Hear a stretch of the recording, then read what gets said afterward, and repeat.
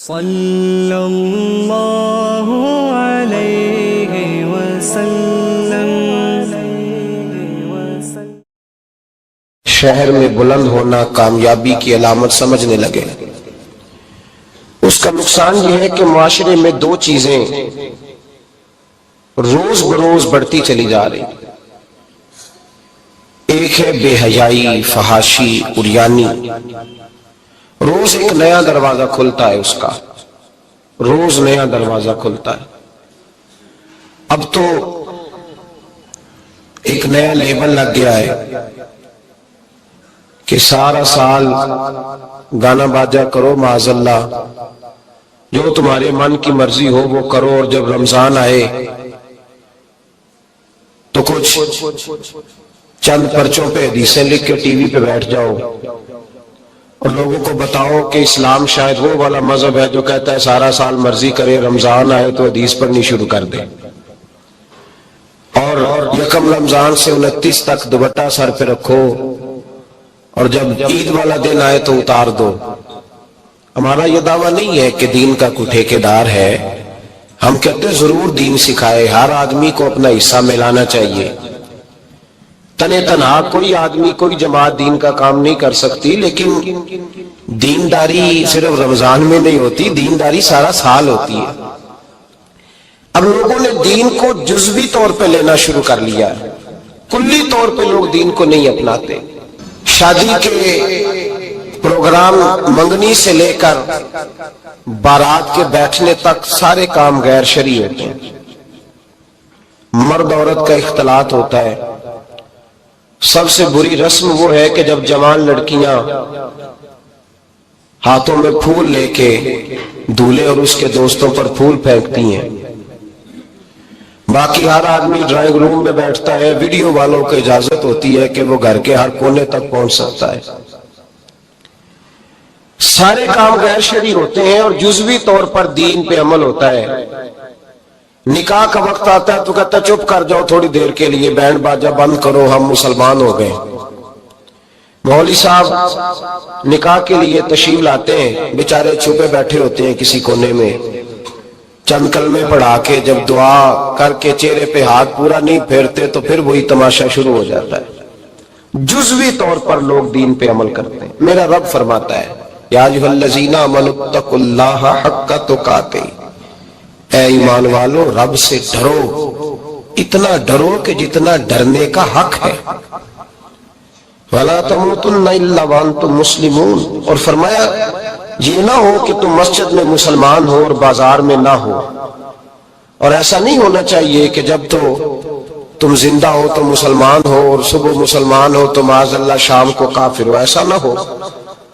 فرمایا تم نے کلمہ پڑھا ہے تو میرے محبوب کے غلاموں مرتے دم تک مسلمان ہی رہنا، اب مرتے دم تک مسلمان رہنا، دیکھنا دامن دین تمہارے ہاتھ سے چھوٹ نہ جائے۔ دو باتیں عام ہو گئی امت مسلمان، عام، ایک فحاشی عریانی عام ہے اور روز بروز اس کا نیا رنگ ہے۔ اب تو میں نے کہا مذہب کا ساتھ لوگوں نے تھوڑا سا ذائقہ لگا لیا ہے، کہتے ہیں نہیں رمضان میں نمازیں پڑھ لیں گے، خیر ہے، بچ جائیں گے، چھٹی ہو جائے گی۔ وہ میں ہی کیوں نہ ہوں، عورت کے سامنے کھلے منہ بیٹھنے کی کسی کو بھی اجازت نہیں، کسی کو بھی اجازت نہیں۔ کسی نے حضرت سیدنا جنید بغدادی سے کہا تھا کہ اگر مرد عورت نیک ہوں تو پھر تو درس و تدریس ہو سکتی ہے نا، پھر تو پڑھا سکتے ہیں نا ایک دوسرے، نیک ہو، پرہیزگار ہو۔ تو دین چونکہ میرے رسول پاک کا ہے صلی اللہ علیہ، یہ کسی ایک شخص کے اٹھ کے نئی بات کرنے سے اور اس کو نیا جدید کو ٹانکا لگانے سے بدل تھوڑی جائے گا۔ حضرت جنید بغدادی سے کہہ دیا کہ حضرت جی اگر دو بندے نیک ہوں تو پھر بات چیت ہو سکتی ہے۔ تو حضرت جنید بغدادی فرمانے لگے پڑھانے والے حسن بصری ہو اور پڑھانے والی رابعہ بصری ہو تو پھر بھی ان کو اجازت نہیں ہے، پھر بھی اجازت نہیں کہ بے پردہ ایک دوسرے کے سامنے بیٹھیں، پھر بھی ان کو اجازت، بے پردگی کی پھر بھی اجازت نہیں۔ اور میرے اعلیٰ حضرت امام اہل سنت فاضل و محدث بریلوی دین کا اتنا بڑا سپاہی آپ کو ڈھونڈنے سے نہیں ملے گا جتنا اللہ نے بریلی میں بڑا پیدا فرمایا ہے۔ اور ہر محاذ پر کسی نے کہا حضرت جی بے پردہ بی بی مزار پہ جا سکتی ہے، اجازت ہے؟ تو قلم ہے بریلی کے بادشاہ کا اور رضا کے نیزے کی مار ہے کہ عدو کے سینے میں غار ہے۔ کیا فرماتے اعلیٰ حضرت؟ آپ فرماتے کیا پوچھا تم نے؟ بے پردہ عورت مزار پہ پیر کے پاس جا سکتی ہے؟ میں یہ نہ پوچھو، احمد رضا سے یہ پوچھو کہ جائے گی تو لعنتیں کتنی برسیں گی، یہ والا سوال پوچھو۔ عام ہے بے پردگی، عام، کھلے عام۔ اور میرے بھائی لوگ کہتے ہیں جدید ہونا چاہیے، یاد رکھو اسلام فقط گناہ سے منع نہیں کرتا، اسلام وہ دروازہ ہی بند کرتا ہے جس رستے سے گناہ ہو سکتا ہے، وہ دروازہ ہی بند ہے۔ کہا مرد اور عورت کو ایک دوسرے کا چہرہ دیکھنے کی اجازت ہی نہیں۔ میرے رسول کریم صلی اللہ علیہ وسلم نے فرمایا زنا صرف مرد اور عورت کی خلوت صحیحہ کا نام تھوڑی ہے، فرمایا جس نے اپنی آنکھ کو گندا کیا وہ آنکھ کا زانی ہے، اور جس شخص نے اپنے کان سے بری بات سنی وہ کان کا بدکار ہے، اور محبوب فرماتے ہیں جس نے اپنی آنکھوں سے بری چیز کو دیکھا وہ آنکھ کا، اور جس نے بول کر لذت کا یہ سامان فراہم کیا وہ زبان کا زانی ہے، اسے بھی قیامت کے دن اسی طرح پوچھا جائے گا جس طرح زانی کو پوچھا جائے گا۔ میرے بھائی امت مسلمہ کا وقار میرے رسول کریم علیہ الصلوۃ والسلام کے غلاموں کے دلوں میں شرم و حیا بھر دیا گیا۔ علامہ واقدی کہتے ہیں حضرت سعد بن ابی وقاص نے مدائن فتح کیا۔ مدائن کا ایک شہر تھا، اس کی بڑی بڑی اونچی بلڈنگیں تھیں، جو آدمی بھی جاتا تھا وہ سب سے پہلے جس شہر کی کوئی چیز معروف ہوتی ہے لوگ اس کو دیکھتے ہیں۔ اونچی اونچی بلڈنگیں تھیں، سب سے زیادہ اس شہر کے لوگوں نے اونچے مکانات اور زیادہ تعمیرات کر رکھی تھی۔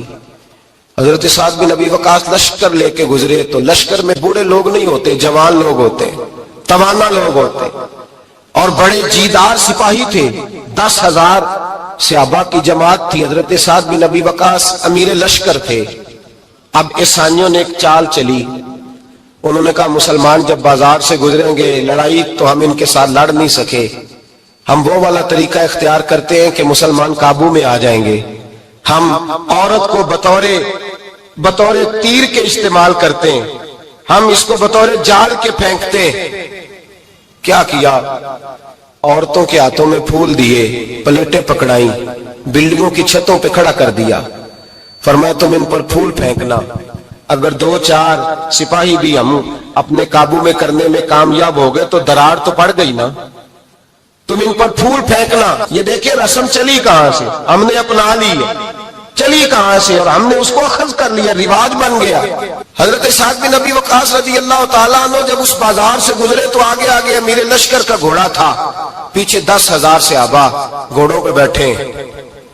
حضرت سعد بن ابی وقاص سے نظر اٹھا کے دیکھا تو عورتیں تو کھڑی ہیں پھول لیے، کفر کی چال کو سمجھ گئے کہ یہ بے حیائی کا جال پھینک کے ملت کے جوانوں کے دلوں سے غیرت ایمانی چھیننا چاہتے ہیں، یہ مسلمانوں کے دلوں سے تقوی کی روشنی چھیننا چاہتے ہیں، یہ قرآن پاک کا سرور اور عبادت کا نور چھیننا چاہتے ہیں، یہ بے حیائی کا کلک لگا کے ان کے دلوں سے رسول اللہ کا درود چھیننا چاہتے ہیں، یہ محبت رسول کے سوتے خشک کرنا چاہتے ہیں۔ جب دیکھا تو فوری طور پہ گھوڑے پہ چڑھے اور جناب سعد نے قرآن پڑھنا شروع کر دیا۔ وَقُلْ لِلْمُؤْمِنِينَ يَغُضُّوا مِنْ أَبْصَارِهِمْ، کہا مومنو تمہارے رب نے تمہارے نبی کی زبان سے تمہیں حکم دیا ہے کہ تم نے نظریں نیچی رکھنی ہے۔ جب حضرت سعد بن ابی وقاص نے آیت پڑھی تو صحابہ کہتے ہیں ہمیں یوں لگا کہ جیسے ابھی آیت نازل ہو رہی ہے اور سیدھی دلوں سے ٹکرا رہی ہے۔ 10,000 کا لشکر گزر گیا، عورتیں پھول پھینکتی رہیں، لیکن کسی ایک صحابی نے بھی نظر اٹھا کے نہیں دیکھا۔ جب لشکر گزرا تو ان بیبیوں نے پلیٹیں پھینکی اور کہنے لگی عیسائیوں تم کتنے نالائق اور کس قدر بڑے تم بد تہذیب ہو کہ اپنی عورتیں استعمال کرتے ہو لوگوں کو قابو کرنے کے لیے، کس قدر تم زیادہ غیرت سے گرے ہوئے ہو، اور یہ کتنا اعلیٰ طبقہ ہے کہ ہم دادے توجہ دیتی رہی، انہوں نے پلٹ کے نہیں دیکھا، کہنے لگے تم جھوٹے ہو، اور جس رسول کے غلام اتنے اعلیٰ درجے کے پائے کے حیا والے ہیں وہ نبی کے نشان والا ہوگا۔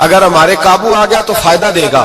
صحابی ہیں حضرت عبداللہ بن حذافہ, حضرت فاروق اعظم کا زمانہ ہے. اگر قابو آ گیا تو فائدہ دے گا. بادشاہ کہنے لگا کیوں, کیا خوبی ہے؟ کہنے لگے ہم 1000 آدمی تھے, یہ اکیلا قابو نہیں آ رہا تھا, 1000 آدمی تھے. اگر ہماری فوج میں شامل ہو گیا تو بہت بڑا جرنیل ملے گا. بادشاہ کہنے لگا کوئی مسئلہ نہیں, 2-3 چیزیں ہوتی ہیں بندے کو خریدنے کے لیے, خرید لیتے ہیں.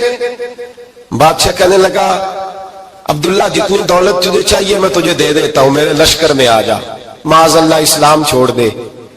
حضرت عبداللہ بن حذافہ کیا فرماتے ہیں؟ فرماتے ہیں بڑا تو بیوقوف ہے, میں نے دولت کمانی ہوتی تو مدینے میں بیٹھ کے تجارت کرتا. میں دولت کمانے نہیں نکلا, میں تو رسول اللہ کی رضا کمانے کے لیے نکلا ہوا ہوں. دولت کمانے ہوتی تو کسی مارکیٹ میں ہوتا, میدان میں آنا تو شہادت ہے مطلوب مقصود مومن, نہ مال غنیمت نہ کشور کشائی. یہ دولت تو لونڈی ہے رسول اللہ کے دروازے کی, یہ تو پیچھے پیچھے پھرتی ہے نبی پاک کے غلاموں. یہ کمانی ہوتی تو میں کسی مارکیٹ میں ہوتا, میدان میں تھوڑا ہوتا. عبداللہ بن حذافہ سے ایک دوسری چال چلی. کہنے لگے میاں عہدہ جو تجھے چاہیے, میں بادشاہ ہوں, میرے نیچے جو عہدہ تو کہے گا وہ تجھے مل جائے گا. حضرت عبداللہ بن حذافہ کہنے لگے شاید تجھے پتہ نہیں میری تعریف کیا ہے, شاید تو جانتا نہیں میری تعریف کیا ہے. کہا صاحب کی کیا تعریف ہے؟ کہنے لگے میں رسول اللہ کا صحابی ہوں اور کائنات میں سب سے بڑا عہدہ مصطفیٰ کے صحابی ہونے کا عہدہ ہے. صحابہ وہ صحابہ تھے جن کی ہر صبح عید ہوتی تھی, خدا کا قرب حاصل تھا, نبی کی دید ہوتی تھی. فرمایا میں نے حضور کے جلوے دیکھے ہوئے ہیں, مجھے عہدے کی ضرورت ہی نہیں, اور میں نے عہدہ لینا ہوتا تو میں سیاست کرتا, میں تو شہادت لینے نکلا ہوں میدان میں, عہدے کا میں نے کیا کرنا ہے. اب بادشاہ کہنے لگا اسے قتل کر دو. وزیر کہنے لگا نہیں, ایک بات اور ہے, مجھے ایک چال اور چلنے دو. کہا وہ کیا؟ کہنے لگے میری بیٹی بڑی خوبصورت ہے, مجھے موقع دو اپنی بیٹی کو سجا بنا کے. وہ جوان جس کی جوانی اتنی بڑی ہے کہ 1000 آدمی مقابلے میں کھڑا نہیں ہوتا, اس جوان کے کمرے میں رات کی تنہائی میں بنا سوار کے بی بی کو بھیجا. وہ بی بی کہتی ہے میں ساری رات بن سور کے اس صحابی کے کمرے میں بیٹھی رہی, لیکن یہ کیا شخص تھا, ساری رات ہی مصلے پہ بیٹھا رہا, ساری رات ہی. کچھ دیر تھک جاتا تو یہ کریم رسول پہ درود پڑھنا شروع کر دیتا. بی بی کہتی ہے سحری ہو گئی تو میں نے چھو کے دیکھا کہ انسان ہے کہ جن ہے, یہ بندہ ہے کہ فرشتہ ہے, چھو کے دیکھا. کہنے لگے پیچھے ہٹ جا. میں نے کہا میں نے تو سنا تھا تو 1000 کے مقابلے میں ہے اور تو اتنا بے حس ہے کہ بنی سوری دلہن بیٹھی ہے, تو نے نظر نہیں کی. عبداللہ بن حذافہ, بی بی کہتی ہے نظر پھر نہیں اٹھائی, نظر پھر جھکی ہوئی ہے. کہنے لگے بی بی میں مجبور ہوں, اب میرے اوپر کوئی حسن نہیں چلتا, میں نے جلوہ بدوحا کا دیدار کیا ہوا ہے, اب میری نگاہوں میں جچتا نہیں کوئی, اس لیے کہ جیسے میرے سرکار ہے ایسا نہیں کوئی. کبھی بھی اب نہیں کسی کا میرے اوپر جادو چلتا, میں نے مصطفیٰ کو. اور کہا ذرا پیچھے ہٹ کے بیٹھ, مجھے میرے رسول نے غیر محرم سے بچنے کا حکم دیا ہے, ذرا پیچھے ہٹ کے بیٹھ. سحری کا وقت تھا. وہ بی بی کہتی ہے اس نوجوان کے جملے میرا سینہ چیر گئے, کلیجہ پھٹ گیا, چیخ نکلی, میں کفر کے عالم میں روئی. میں نے کہا مجھے بتا تو صحیح, آخر یہ جذبہ کہاں سے ملتا ہے, آخر یہ روشنی تو میں نے دیکھی نہیں, کہاں سے آتی ہے؟ ایک میرا باپ ہے جو بنا سور کے مجھے تیرے کمرے میں چھوڑ گیا, بتلا یہ کہاں سے کیف آتے ہیں؟ عبداللہ بن حذافہ کہنے لگے اگر کیف لینا ہے تو بھی میرے مصطفیٰ کا کلمہ پڑھ جا, آجا دروازہ رسول پہ جھک جا, مل جائے گا. سویرے دروازے پہ باپ آیا بیٹی سے رزلٹ لینے, دروازہ کھولا تو بیٹی نقاب پہنے باہر آئی. باپ کہنے لگا کیا بلا؟ کہنے لگی پیچھے ہٹ جا, تو غیر محرم ہے, کافر ہے, میں مسلمان ہوں. اس نے کہا کیا ہوا؟ کہنے لگی تیرے جیسے کو باپ کہوں, تیرے جیسے کو جو مجھے استعمال کر رہا تھا. میں تجھے باپ نہیں مانتی, میں اب رسول والی ہو گئی ہوں, میں حضرت فاطمہ کی کنیزہ ہو گئی ہوں, میں اب نبی کریم کی خادمہ ہوں, خبردار میرے قریب نہ آنا. یہ دعوی بھی ناکام ہوا. اب حضرت عبداللہ بن حذافہ کے سامنے موت کھڑی کی, ایک کڑا میں تیل گرم کیا, کہنے لگے تجھے اس میں جلایا جائے گا. حضرت عبداللہ بن حذافہ رضی اللہ تعالیٰ عنہ جب جلنے کے قریب ہوئے تو رونے لگے. روم کا بادشاہ کہنے لگا شاید ڈر گیا ہے. کہنے لگے اب سمجھ آئی ہے, اب تجھے پتا چلا ہے, چل آ جا. حضرت عبداللہ بن حذافہ کہنے لگے تو کافر ہے، تیری کافروں والی سوچ ہے، اس لیے نہیں رویا کہ موت سے ڈر گیا ہوں، میں تو اس لیے رویا ہوں کہ ایک جان ہے وہ نبی پاک پہ قربان ہو رہی ہے، کاش رب مجھے 1000 جان دیتا میں ساری مصطفیٰ پہ قربان کر دیتا۔ فاضل بریلوی فرماتے ہیں کرو تیرے نام پہ جاں فدا، نہ بس ایک جان 2 جہاں فدا، اور میرا 2 جہاں سے بھی نہیں جی بھرا، میں کروں کیا کہ کروڑوں جہاں نہیں۔ اور میاں صاحب فرماتے ہیں کچا رنگ للاری والا جیڑا چڑھدا لیندا رہندا، اے عشق تیرے دا رنگ محمد چڑھ جائے پھر نہیں لیندا، عشق تیرے دا رنگ محمد چڑھ جائے پھر اے نہیں لیندا۔ میرے بھائی وہ روم کا بادشاہ کہنے لگا دنیا میں نے بھی بڑی دیکھی ہے، پر جیسے پاک صاف مصطفیٰ کے غلام دیکھے ایسا میں نے کوئی نہیں دیکھا۔ او بھائیو، نظر پاک ہو، روح پاک ہو، مزاج پاک ہو، پھر انسان بڑے بڑے کام کرتا، پھر وہ مہمات کو سر کرتا، پھر وہ صرف ایک گھر کے لیے نہیں وہ ملت کے لیے فائدہ مند ہوتا ہے، پھر وہ گھرانوں کو لے کر چلتا ہے، پھر وہ بڑے بڑے معاشرے تشکیل دیتا ہے۔ میرے رسول کریم صلی اللہ علیہ وسلم نے پاک صاف ذہن کے لوگ تیار کیے۔ حضرت مرثد فرماتے ہیں میں ایک عورت پہ عاشق تھا، جب کلمہ پڑھا نبی پاک نے میری پشت پہ ہاتھ پھیرا، میں نے کہا حضور کوئی نصیحت؟ نبی پاک نے فرمایا نظر کو پاک رکھنا۔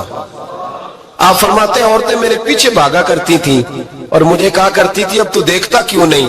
تو میں نے کہا پتا مجھے بھی نہیں، مصطفیٰ کی ایک نظر ہوئی ہے رب نے سارے محل کو چہل دور فرما دیے، سارا کچھ ہی بدل گیا۔ ملت کے جوانوں یاد رکھو اس بات کو، یہ پاکیزگی یہ نظر، یہ پاکیزگی یہ مزاج، یہ انسان سے بڑے کام کرا لیتی ہے، اور اگر تیری نظر ناپاک رہتی ہے پھر تو کچھ نہیں کر سکتا، پھر تیری زندگی ایک ایسے قید خانے میں قید ہو گئی ہے جو تجھے 2 قدم بھی نہیں چلنے دے گی۔ سب سے پہلے مزاج کی پاکیزگی، اور دوسرا اصلاح معاشرہ کے لیے اہم درس یہ ہے اپنے آپ کو پاک صاف رکھیں، ذہنی طور پر نظریاتی طور پر، اور دوسرا درس یہ ہے میرے بھائی ظلم اور زیادتی سے بچیں، پاک صاف رہ کے وقت شروع کریں، اور کسی جگہ بھی کوئی زیادتی کوئی ظلم، میرے نبی کریم صلی اللہ علیہ وسلم کے مزاج کو اگر آپ دیکھیں گے نا، ہمارے معاشرے میں آج سب سے زیادہ زیادتی پتہ کون سی ہوتی ہے؟ لوگ عزتیں پامال کرتے، بدگمانیاں کرتے۔ ابو جہل یہ کام کرتا تھا کہ وہ نبی پاک صلی اللہ علیہ وسلم پر صحابہ پر معاذ اللہ شخصی اعتراضات کرتا تھا، شخصی۔ عزیزو، جب آدمی کا کسی سے اختلاف ہوتا ہے نا، یا کسی کو پسند نہیں کرتا یا کسی کو ریجیکٹ کرنا چاہتا ہے تو شخصی اعتراضات کرتا ہے، نیچے اترتا ہے، کمزور بات کرتا ہے، چھوٹی بات کرتا ہے۔ اور ہمارے زمانے میں تو یہ کام حسد کی وجہ سے ہوتا ہے، بڑے بڑے جماعتیں ٹوٹ جاتی ہیں، ملتوں کا شرازہ بکھر جاتا ہے، لیکن لوگ اپنی اس حرکت سے باز نہیں آتے، ساری زندگی ذاتی اور نجی اعتراضات کرتے رہے۔ ابو جہل کے اندر ہزاروں عیب پائے جاتے تھے، شرابی بھی تھا، بدکار بھی تھا، بے حیا بھی تھا، ظالم بھی تھا۔ میرے نبی پاک صلی اللہ علیہ وسلم نے اسے دین کا پیغام دیا ہے، لیکن تاریخ کی کسی کتاب میں آپ کو یہ نہیں ملے گا کہ حضور نے کبھی اس کی شخصیت پر اعتراض کیا ہو۔ یہ فرمایا ہے کہ بڑا فرعون ہے اس امت کا، لیکن نیچے اتر کر کبھی اس کی ذاتی اور شخصی زندگی پر کوئی زیادتی صحابہ کی طرف سے اور نبی پاک کی طرف سے۔ بہت بڑی بات سمجھا رہا ہوں اگر آپ کی سمجھ میں آئے تو، ہم ذاتیات پر اترتے، ذات پر اتر کر زیادتی کرتے، ذات پر۔ ہمارا اب ظلم نجی سطح سے شروع ہو رہا ہے اور پوری ملت کو لپیٹ میں لے رہا ہے، پوری ملت کو چھوٹی چھوٹی زیادتیاں ہیں جو پورے معاشرے کو اپنی لپیٹ میں لیتی ہیں۔ میرے نبی کریم علیہ السلام نے جو دین ہمیں دیا ہے وہ خیر خواہی کا مذہب ہے، وہ بھلا کرنے کا مذہب ہے، وہ کام آنے کا مذہب ہے، وہ ظلم سے بچنے کا مذہب ہے۔ میرے نبی پاک نے فرمایا ظلم سے بچ جانا، قیامت کے اندھیروں میں جو بڑا اندھیرا ہوگا وہ ظلم ہوگا۔ اصلاح معاشرہ کانفرنس کا پہلا سبق میں نے عرض کیا کہ نظر کو، ذہن کو، سوچ کو پاک رکھیں، اور دوسرا زندگی میں کبھی زیادتی نہ کریں، کبھی بھی اپنے مخالف پر بھی کبھی شخصی ذاتی اور نجی اعتراضات نہ کریں۔ یہ انسان کے اندر کا ظلم ہوتا ہے، ہمارے گھروں کے اندر سے ظلم جنم لینے لگا ہے۔ روز بہو پہ تیل چھڑکا جاتا ہے، روز کسی نہ کسی شہر سے، اپنے ہی گھر سے، اپنے ہی چراغ کو بند کرنے کی خبر نکلتی ہے۔ سڑکوں پہ، چوکوں پہ، چوراہوں میں غریب مسلے جاتے ہیں، جس کے ہاتھ جہاں تک پہنچتے ہیں وہ وہاں تک معاذ اللہ زیادتی کر گزرتا ہے۔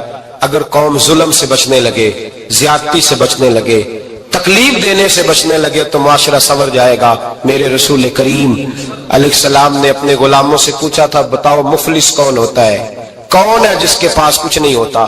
صحابہ نے کہا یا رسول اللہ جس کے پاس پیسے نہ ہو۔ بخاری مسلم متفق علیہ حدیث ہے۔ نبی کریم نے فرمایا نا بھائی، مفلس تو وہ ہوگا جو قیامت کے دن احد پہاڑ کے برابر نیکیاں لے کے آئے گا۔ یا رسول اللہ اتنی نیکیاں پھر بھی مفلس ہے، پھر بھی غریب ہے؟ تو نبی پاک نے فرمایا نیکیاں پہاڑ کے برابر ہیں پر اس نے چغلیاں بڑی کی ہیں، غیبتیں بڑی کی ہیں، مذاق بڑے اڑائے، اس نے لوگوں پر پھبتیاں بڑی کسی ہیں، تانو تشنی بڑے کیے، ظلم بڑے کیے، گالی بڑی دی، لوگوں کے بارے میں بری باتیں کی۔ اب رب کریم نے وہ ساری نیکیاں لوگوں میں بانٹ دی، یہ مفلس ہو گیا، غریب ہو گیا۔ زیادتی نہیں کریں، ظلم نہ کریں، اپنی نجی زندگی سے لے کر گھر کے اندر سے لے کر اجتماعی زندگی تک زیادتی سے بچیں۔ میرے نبی کریم علیہ السلام نے اپنے غلاموں کو یہ درس دیا ہے، دیکھنا کبھی زیادتی نہ ہونے پائے، دیکھنا کہیں ظلم نہ ہونے پائے، دیکھنا کسی شخص کو تمہارے قول فعل سے تمہارے مزاج سے تکلیف نہ پہنچے۔ میرے بھائیوں، حضرت وہاب ابن منبہ علیہ رحمہ فرماتے ہیں کہ بنی اسرائیل کے اندر ایک بادشاہ محل بنانے جا رہا تھا۔ محل آج بھی جس آدمی کی سوسائٹی کے اندر 2-4 قلعے 2-4 ایکڑ کسی غریب کے آ جائیں، وہ یا تو اسے دھمکاتا ہے یا بلیک میل کرتا ہے، کچھ نہ ہو سکے تو پھر قتل ہی کرا دیتا ہے معاذ اللہ۔ اور یہ خبریں عام ہمیں سننے پڑھنے اور دیکھنے کو ملتی ہیں۔ بادشاہ محل بنانے جا رہا تھا، ایک غریب بی بی رہتی تھی، اس کی جھونپڑی بادشاہ کے محل کے نقشے میں آتی تھی۔ بادشاہ نے کہا بی بی منہ مانگی قیمت لے لو، خالی کر دو یہ مکان۔ بزرگوں کو اپنے جھونپڑیوں سے بڑی دلچسپی ہوتی ہے، بچے سوسائٹیوں میں چلے جاتے ہیں، ابا جی کہتے ہیں مجھے گاؤں میں رہنے دو، میرا یہی دل لگتا ہے، میں مجھے اس گھر سے دلچسپی ہو گئی۔ اماں کہنے لگی بادشاہ میں یہاں بیاہ کے آئی تھی، خامد انتقال کر گیا، اولاد اللہ نے دی نہیں، میں پکا ہوا پھالوں، گر جاؤں گی تو تیرا ہی ہے، لیکن مجھے اس آشیانے میں رہنے دے، یہ گھونسلہ میں نے تنکا کر کے بنایا ہے، مجھے رہنے دے، نہ مجھے نکال۔ کہنے لگا میرا نقشہ خراب ہوتا ہے۔ بی بی سارا دن مکان میں بیٹھی رہتی کہ میری جھونپڑی ٹوٹ نہ جائے، ظالم کی نظر میں آ گئی ہے کہیں میرا یہ آرزوؤں کا محل چکنا چور نہ ہو جائے، سارا دن ڈیوٹی کرتی۔ بادشاہ نے بھی 2-4 سپاہی کھڑے کر دیے، جب گھر سے نکلے تو بلڈوز کر دینا، مکان کو گرا دینا۔ وہ خاتون کتنی دن بندہ بیٹھ سکتا ہے؟ ایک دن سر شام گھر سے نکلی، 2-1 گھنٹے کے بعد واپس آئی تو مکان گر گیا تھا، دیوار بن گئی تھی۔ حضرت وہاب ابن منبہ فرماتے ہیں بس اس نے دعا کی تو رب کریم نے وہ شہر سارا تباہ کر دیا۔ اس بی بی نے 2 جملے کہے تو الٹ پلٹ دیا وہ سارا شہر۔ میرے نبی کریم علیہ السلام نے فرمایا جب مظلوم کے ہاتھ دعا کے لیے اٹھتے ہیں تو عرش کا مالک آسمان سے کہتا ہے کھول دے سارے دروازے، اس کے بیچ کوئی پردہ نہیں رہنا چاہیے، آنے دے، مظلوم ہے، اس پر ظلم ہوا ہے۔ لوگ کہتے ہیں میں بے چین رہتا ہوں صاحب، مولانا صاحب پیر صاحب، وہ گھر کے ایک کونے سے چیخنے کی آواز آتی ہے، کوئی دم مل جائے، کوئی تعویذ ہو جائے، کچھ ایسا ہو جائے کہ بچت ہو جائے، کوئی ایسی پھونک لگ جائے کہ آرام آ جائے۔ تو میں کہتا ہوں بھائی اگر بڑے دم کرانے سے بھی فرق نہیں پڑا، اگر بڑے تعویذ لینے سے بھی چیخیں بند نہیں ہوئی تو ذرا ٹٹول کے دیکھ لو، کہیں کسی یتیم کی آہیں ہی نہ دفن ہو وہاں، کہیں کسی غریب کا گوشت تو نہیں دبا لیا، کہیں کسی کو لوٹ کے تو دیوار نہیں بنا لی، کہیں کسی کا مکان پہ قبضہ کر کے تو نہیں بنایا۔ اگر لوٹ اور حرام کا مال ہو تو پھر چیخیں بند نہیں ہوتی، پھر سکون سے سویا نہیں جاتا، پھر وہاں آرام کی نیند نہیں آتی۔ حضرت وہاب ابن منبہ فرماتے ہیں بی بی آئی اور آ کر کے اس نے جب دیکھا میرا گھر ٹوٹ گیا ہے، محل ٹوٹ گیا ہے، حالات بدل گئے ہیں، تو وہ خاتون آتی ہے اور میرے بھائی دعا کی تو اس نے انداز ہی بدل کے رکھ دیے۔ مکان سے نکلی تو مکان ٹوٹ گیا، اور فرماتے واپس آئی تو ہاتھ پھیلا کے پتہ کیا کہتی ہے؟ کہتی اے اللہ میں تو موجود نہیں تھی، بتا تو کہاں گیا تھا؟ تو بھی موجود نہیں تھا، میں تو نہیں تھی، پر تو کہاں تھا؟ بس رب کریم نے حضرت جبریل کو حکم دیا، فرمایا یہ بستی الٹ دو، ساری تباہ کر دو، یہ لوگ نہیں رہنے چاہیے۔ جو ظلم تو سہتے ہیں بغاوت نہیں کرتے، نہیں رہنے چاہیے۔ صاحب طبقات کہتے ہیں میرے مصطفیٰ کریم سید عالم صلی اللہ علیہ وسلم کے وصال ظاہری کے ایام قریب آئے تو حضور نے سرخ پٹی باندھی، تیز بخار ہے نبی کریم کو، 2 صحابہ سہارا دے کے مسجد میں لائے، نبی پاک علیہ السلام کو بظاہر سہارا دے کے لایا گیا۔ کریم رسول نے لوگوں کو جمع کیا، حضور آج کیا ہونے والا ہے، آج کیا کہا جائے گا، آج کس لیے میٹنگ بلائی ہے؟ نبی کریم کے کل صحابہ جب مسجد میں جمع ہوئے تو کھچا کھچ مسجد بھری ہے، وصال ظاہری سے چند یوم پہلے کی بات۔ نبی پاک نے فرمایا آج تمہیں کوئی جہاد کی ترغیب نہیں دینی، آج کوئی نیا پیغام نہیں دینا، آج تمہیں بتانا ہے کہ رب نے اپنے بندے کو اختیار دیا ہے، چاہے تو دنیا میں رہے چاہے تو اس کی بارگاہ میں حاضر ہو جائے۔ اس عبد نے بارگاہ ربوبیت کی طرف لوٹنے کا ارادہ کر لیا ہے۔ حضرت صدیق اکبر رونے لگے تو صحابہ نے کہا تمہیں کیا ہوا؟ کہنے لگے سمجھ نہیں رہے، کسی کی بات نہیں کر رہے، نبی پاک تو اپنی بات فرما رہے ہیں، اس نے جانے کا ارادہ کر لیا۔ سنیے میرے بھائی، محبوب پاک نے فرمایا بھائی کسی شخص کو میری طرف سے کوئی تکلیف پہنچی ہو تو بدلہ لے سکتا ہے، بدلہ لے سکتا ہے، کسی کو تکلیف پہنچی ہو۔ صحابہ پھوٹ کے رونے لگے، محبوبہ کرم ہی کرم ہوا ہے، رحمت ہی رحمت آئی، آپ کے بارے میں گمان کرنے والا بھی دائرہ ایمان سے نکل جائے گا۔ حضور آپ کیا فرما رہے ہیں؟ فرمایا نہیں بھائی اٹھو۔ پیچھے سے جناب عکاشہ بن محصن اٹھے، ہاتھ کانپتے ہیں آگے بڑھے، کہنے لگے یا رسول اللہ ایک جنگ کے موقع پر آپ نے درہ مارا تھا، ننگی پیٹھ پر صفیں سیدھی کراتے، بات دل میں رہ گئی ہے، میں نے بدلہ لینا ہے۔ نبی کریم نے فرمایا بلال دوڑ کے جاؤ، فاطمہ کے گھر درہ پڑا ہے، درہ لاؤ۔ سیدنا بلال حبشی کہتے میں گیا، دستک دی، سیدہ طیبہ طاہرہ حضرت فاطمہ فرمانے لگی بلال کیسے آئے ہو؟ اماں جی وہ درہ چاہیے تھا۔ سیدہ کو تشویش ہوئی، کہنے لگے بلال نہ تو جنگ پہ جانا ہے، نہ جہاد ہے، نہ کوئی ایسا موقع ہے، حضور کی تو طبیعت مبارک بظاہر بڑی علیل ہے، درہ کیا کریں گے؟ حضرت بلال عرض کرنے لگے اماں جی ایک صحابی بدلہ لینے لگے ہیں، صاحب طبقات نے جملے لکھے ہیں، کہتے ہیں بی بی صاحبہ نے درہ بھی دیا اور امام حسن حسین کو بھی باہر نکالا۔ فرمانے لگی عکاشہ سے کہنا 100 درے مارے، ان 2 شہزادوں کے جسم پر نبی پاک کے قریب نہ جائے، میں نے 2 بچے پیدا ہی اپنے محبوب پر قربان کرنے کے لیے کیے، ان کو لے جائے۔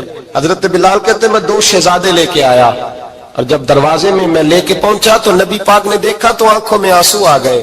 فرمایا ان کو بٹھا دو، مجھے پتا ہے فاطمہ نے کیا کہہ کے بھیجا ہے۔ حضرت سیدنا بلال فرماتے درہ میں نے جناب عکاشہ کو دیا، حضرت عکاشہ درہ لے کے آگے جو بڑھے تو حضرت ابوبکر صدیق نے ان کے پیروں پہ ہاتھ رکھا، فرمایا عکاشہ میری طرف آ یار، مجھے ماں درے، نبی پاک کے قریب نہ جا۔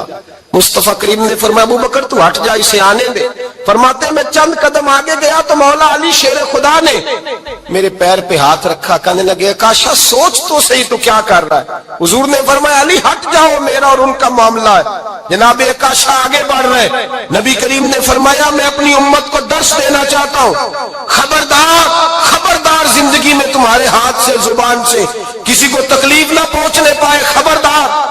یاد رکھنا وہ معاشرے بگڑ جاتے ہیں، وہ معاشرے تباہ کر دیے جاتے ہیں جہاں ظلم ہوتا ہے، جہاں زیادتی ہوتی ہے، جہاں لوگوں کو ستایا جاتا ہے۔ محبوب کریم کے قریب آئے حضرت عکاشہ کا حضور میری پیٹھ ننگی تھی، آپ بھی ذرا کپڑا ہٹائیے۔ نبی کریم نے پیٹھ سے کپڑا ہٹایا، جناب عکاشہ نے درہ جو اٹھایا تو صحابہ کی چیخیں نکلی، حضرت عکاشہ نے درہ دور پھینکا، حضور کے بطن اطہر سے لپٹ گئے، چومنے لگے، کہنے لگے حضور وہ تو صفیں سیدھی کراتے لگ گیا تھا، آپ نے کہاں مارا تھا؟ یا رسول اللہ میں تو بہانہ بنا رہا تھا کہ جاتی دفعہ مجھے وجود چومنے کا موقع نصیب ہو جائے، مجھے یہ موقع نصیب ہو جائے۔ میرے حبیب نے فرمایا جس نے جنتی دیکھنا ہو میرے عکاشہ کی زیارت کر لے۔ بھائی ظلم کا دروازہ کھلا ہوا ہے اور لوگ بھول جاتے ہیں زیادتی کرتے ہوئے، وہ بہو سے ہی کیوں نہ کریں، وہ اپنے گھر کے بھول جاتے ہیں کہ شاید پوچھنے والا کوئی نہیں، شاید میزان نہیں لگے گا۔ ایران کے بادشاہ نے اپنے بیٹے کو پڑھانے کے لیے ایک استاد صاحب کا بندوبست کیا۔ استاد صاحب کو کہا کہ میرے بچے کو دین پڑھائیے، میں چاہتا ہوں کل اس نے انعام حکومت کو سنبھالنا ہے تو یہ دین سے آگاہ ہو جائے، اس کو کچھ سکھائیے پڑھائیے۔ بہت نیک بزرگ بڑے درویش عالم پڑھانے لگے، اسباق مکمل ہو گئے، دین کے اسباق قرآن مجید پڑھایا، احادیث طیبہ کا درس دیا، اصول فقہ سے روشناس کرایا۔ جب بچے نے مکمل تعلیم حاصل کر لی اور آمین ہو گئی، دستار ہو گئی، فارغ ہو گئے، تو پھر ایک دن استاد صاحب نے کہا بیٹے کل تم نے ضرور آنا ہے، کچھ بات کرنی ہے۔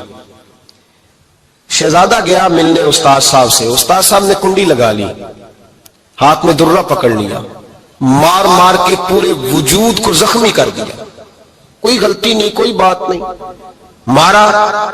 اب بچہ آیا آ کے بادشاہ سلامت سے کہا کہ ابا جی سمجھ نہیں آئی، بڑا مارا ہے استاد۔ تو سیانے تھے نا بادشاہ، یہاں تو قاری صاحب روز کٹہرے میں کھڑے ہوتے ہیں، مولوی صاحب آپ نے میرے بچے کو کیوں مارا ہے؟ آپ 8,000 کے مولوی ہیں، میرا کئی کروڑ کا بچہ ہے، سویرے بدل لیں گے۔ خبردار آپ نے بچے کو ہاتھ لگایا، اپنی حیثیت میں رہے معاذ اللہ۔ جو قومیں استادوں کو کٹہروں میں کھڑا کرتی ہیں وہ ترقی نہیں کر پاتی، یہ استادوں کو کٹہروں میں روز کھڑا کرتے۔ کہا ابا جی بڑا مارا ہے، تو والد بڑے سمجھدار تھے، کہنے لگے بیٹا استاد باپ ہوتا ہے، وہ زیادتی نہیں کرتا، کوئی بات ہوگی میں تیرے استاد کو کٹہرے میں نہیں بلاؤں گا۔ اماں سے بات کی، اماں کہنے لگی بیٹا میں تیرے باپ سے کیسے بات کروں، ڈر آتا۔ وقت گزر گیا، 22 سال بیت گئے، 22 سال گزر گئے، بادشاہ کا انتقال ہوا، شہزادہ تخت پہ بیٹھا، پہلا حکم یہ دیا کہ میرے استاد کو بلاؤ، پہلا حکم۔ استاد جی بوڑھے ہو گئے تھے، چھڑی کے اوپر ٹیک لگا کے آئے اور بھویں سفید ہو کے جھک گئی تھیں، یوں آنکھ کھول کے بڑی مشکل سے دیکھا، کہنے لگے شہزادے حکم ہو۔ کب میں شہزادہ نہیں، اب میں بادشاہ بن گیا ہوں۔ استاد جی 22 سال بیت گئے، آپ نے مارا تھا، پر وہ درد چونکہ زیادتی کی تھی، میرا قصور کوئی نہیں تھا، تو نہ میری روح سے درد گیا ہے نہ میرے جسم سے گیا ہے، میں بے اختیار تھا، پوچھ نہیں سکتا تھا، آج با اختیار ہوا ہوں۔ سب سے پہلے پہلا حکم آپ کو دیا، بلایا ہے، بتائے کیوں مارا تھا، کیوں مجھے مارا تھا، میری زیادتی بتائے۔ تو استاد، بوڑھے استاد کی آنکھیں آنسوؤں سے بھر گئیں، کہنے لگے بیٹے بس آج کے دن کے لیے مارا تھا، یہ جو دن آ گیا نا میری زندگی میں اس لیے مارا تھا، یہ میں چاہتا تھا میری زندگی میں وقت ہے، آج کے بس میری مراد پوری ہو گئی۔ کہا صاحب کس لیے، مجھے بھی سمجھائے۔ آپ فرمانے لگے کتنی دیر ہو گئی تجھے مار کھائے ہوئے، کتنا زمانہ بیت گیا؟ کہنے لگا 22 سال۔ فرمایا زخم بھولے تو نہیں، درد ختم تو نہیں ہوئی، تمہیں بات ایک منٹ کے لیے بھی تمہارے حافظے سے محو تو نہیں ہوئی؟ کہا استاد جی روز رات کو یاد آتی، روز خیال آتا تھا۔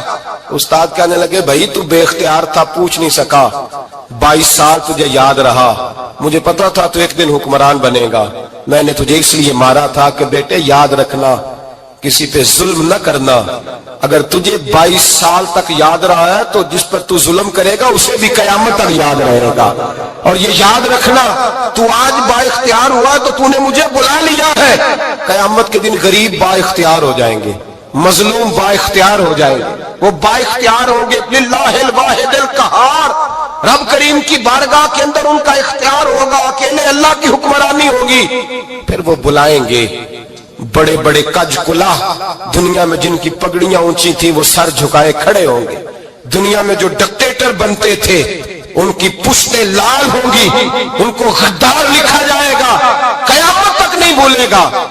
ظلم کرنا تو سوچ سمجھ کے کرنا، اتنا کرنا جتنا تم سہ سکتے ہو، اتنی زیادتی کرنا جتنی قیامت میں تم برداشت کر سکتے ہو۔ میرے نبی کریم صلی اللہ علیہ وسلم نے فرمایا ظلم سے بچو، یہ قیامت کے اندھیروں میں سے ایک اندھیرا ہوگا، زندگی میں زیادتی نہ کریں، اگر تھوڑی دیر کے لیے کوئی چیز برداشت کر جائیں گے تو وہ فائدہ دے جائے گی، کچھ دیر کے لیے اگر سہ جائیں گے تو نفع مل جائے گا، سہنے کی کوشش کریں۔ مٹی دا تو مٹی ہونا قاضی بلے بلے، اج مٹی دے اتے بندیا، کل مٹی دے تھلے ہو بندیا، مٹی دیا ہو بندیا، مٹی دیا ہو بندیا، مٹی دیا، کسے ذات نہیں پوچھنی تیری، منجا چک دیا لانی نی دیری، ایویں کرنا میری میری، ہو تو ہے مٹی دی ڈھیری، او بندیا اللہ دیا ਹੋ ਬੰਦਿਆ ਅੱਲਾ ਦਿਆ ਤੂੰ ਅੱਲਾ ਹੀ ਅੱਲਾ ਬੋਲ ਤੇ ਜਾਣਾ ਇੱਕ ਦਿਨ ਮੌਲਾ ਕੋਲ ਤੇ ਪੂਰਾ ਨਾਪ ਤੇ ਪੂਰਾ ਤੋਲ।